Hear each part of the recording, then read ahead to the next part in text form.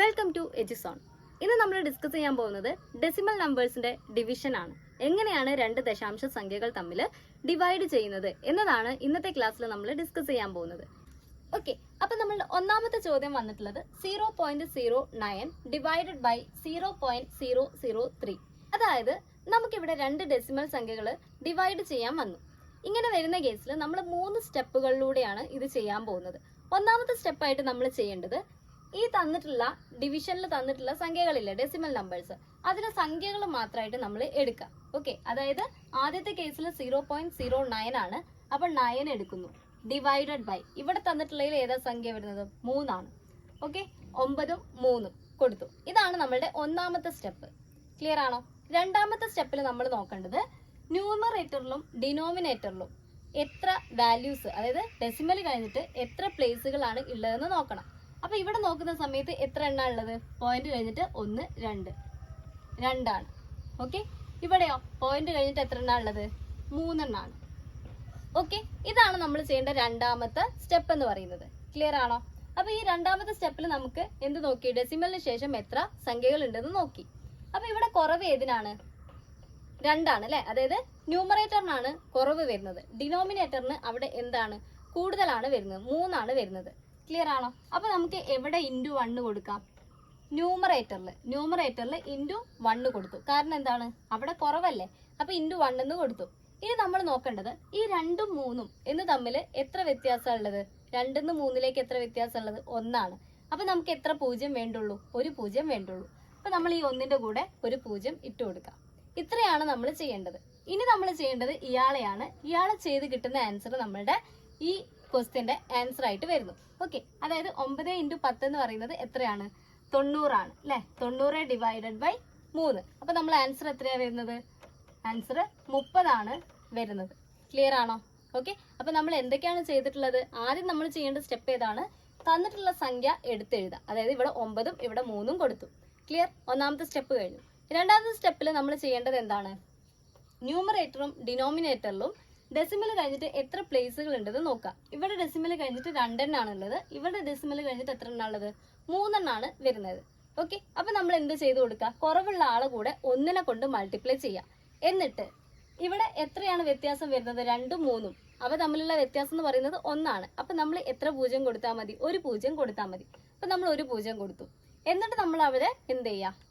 ചെയ്ത് അതിന്റെ ആൻസർ കണ്ടുപിടിക്കാം. അപ്പൊ 9 × 10 നമുക്ക് കിട്ടുന്നത് 90 ആണ്. ഡിവൈഡഡ് ബൈ 3 ചെയ്യുമ്പോൾ നമ്മൾ ആൻസർ എത്ര വരുന്നു? 30 എന്ന് കിട്ടുന്നു. ക്ലിയർ ആണോ? ഓക്കെ, അപ്പൊ രണ്ടാമത്തെ ക്വസ്റ്റ്യൻ ഇതേ ക്വസ്റ്റ്യൻ തന്നെ, പക്ഷെ ഡെസിമലില് വ്യത്യാസമുണ്ട്. ഓക്കെ, അപ്പൊ ഇവിടെ 0.009 ഡിവൈഡഡ് ബൈ 0.03. ഇവിടെ നോക്കുമ്പോൾ നമ്മൾ ആദ്യത്തെ സ്റ്റെപ്പ് എന്താണ്? സംഖ്യ എഴുതി വെച്ചു. 9/3 എന്ന് കൊടുത്തു. ഓക്കെ, അപ്പൊ ഇവിടെ നോക്കുന്ന സമയത്ത് നമുക്കൊരു വ്യത്യാസം കാണാം. മുകളില് ന്യൂമറേറ്ററിൽ എത്രയാണ് വരുന്നത്? ഡെസിമലിന് ശേഷം 3 എണ്ണാണ് വരുന്നത്. 3 സംഖ്യകളുണ്ട്. താഴെയോ 2 സംഖ്യകളാണ് വരുന്നത്. അപ്പൊ എവിടെയാണ് കുറവ് വരുന്നത്? ഡിനോമിനേറ്ററിലാണ്. അപ്പൊ ഡിനോമിനേറ്ററിൽ നമ്മൾ ഇൻറ്റു 1 ചെയ്യാം. ഓക്കെ, ഇനി ഈ 3ഉം 2ഉം തമ്മിലുള്ള വ്യത്യാസം എന്ന് പറയുന്നത് എത്രയാണ്? 1 ആണ്. അപ്പൊ എത്ര 0 കൊടുക്കണം? ഒരു 0 കൊടുക്കണം. ക്ലിയർ ആണോ? എന്നിട്ട് ഇനി ഇത് ചെയ്ത് കണ്ടുപിടിക്കാം. ഓക്കെ, അതായത് 9/30 എന്ന് വരും. ഓക്കെ, 9/30 എന്ന് വരുമ്പോൾ 3 9ൽ എത്ര തവണയാണ്? 3. ഓക്കെ, ഇവിടെ 3ൽ എത്ര തവണയാണ്? ഒരു തവണ. അപ്പൊ 3/10 എന്നതാണ് നമ്മളെ ആൻസർ വരുന്നത്. അത് എന്താണ് വരിക? 0.3. ക്ലിയർ? ഓക്കെ, അടുത്ത ക്വസ്റ്റ്യൻ ഏതാണ്? 0.09 ഡിവൈഡഡ് ബൈ 0.03. ആദ്യം നമ്മൾ സംഖ്യകൾ എഴുതി വെച്ചു. 9/3. ക്ലിയർ ആണോ? അതിനുശേഷം നമ്മൾ എന്ത് ചെയ്യുന്നത്? രണ്ട് പേരിലും ഡെസിമലിന് ശേഷം എത്ര സംഖ്യകൾ ഉണ്ട് നോക്കാം. മുകളിൽ എത്രയാണ്? 2. താഴെ എത്രയാണ്? 2. ഇവിടെ രണ്ടും എന്താണ്? സെയിം ആയിട്ടാണ് വരുന്നത്. ഓക്കെ, അപ്പൊ നമ്മൾ പ്രത്യേകിച്ച് എന്ത് ചെയ്യേണ്ട ആവശ്യമില്ല, മൾട്ടിപ്ലൈ ചെയ്യേണ്ട ആവശ്യമില്ല. നമ്മൾ ആൻസർ 9/3 തന്നെയാണ്. അതായത് എത്ര വരിക? 3. ക്ലിയർ?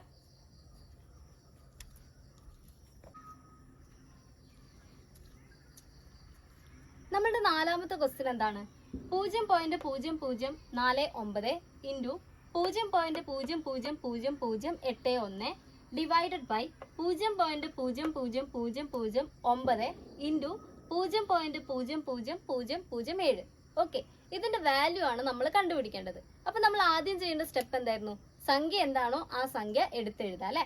ഓക്കെ, അതായത് ഇവിടെ എത്രയാ വരുന്നത് 49. അപ്പൊ 49 ഇൻറ്റു അടുത്തതിൽ വരുന്നത് ഏതാണ് 81.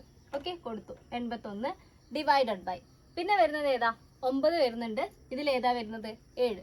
അപ്പൊ 9 ഇൻറ്റു 7 കൊടുത്തു. അതിനുശേഷം ഇത് നമ്മളുടെ ഒന്നാമത്തെ സ്റ്റെപ്പാണ്. രണ്ടാമത്തെ സ്റ്റെപ്പിൽ നമ്മൾ നോക്കേണ്ടത് എന്താണ്, ന്യൂമറേറ്ററിലും ഡിനോമിനേറ്ററിലും ഡെസിമലിന് ശേഷം എത്ര പ്ലേസുകൾ ഉണ്ട് എന്നാണ് നോക്കേണ്ടത്. അപ്പൊ ഇതിന് മൊത്തത്തിൽ നോക്കാം.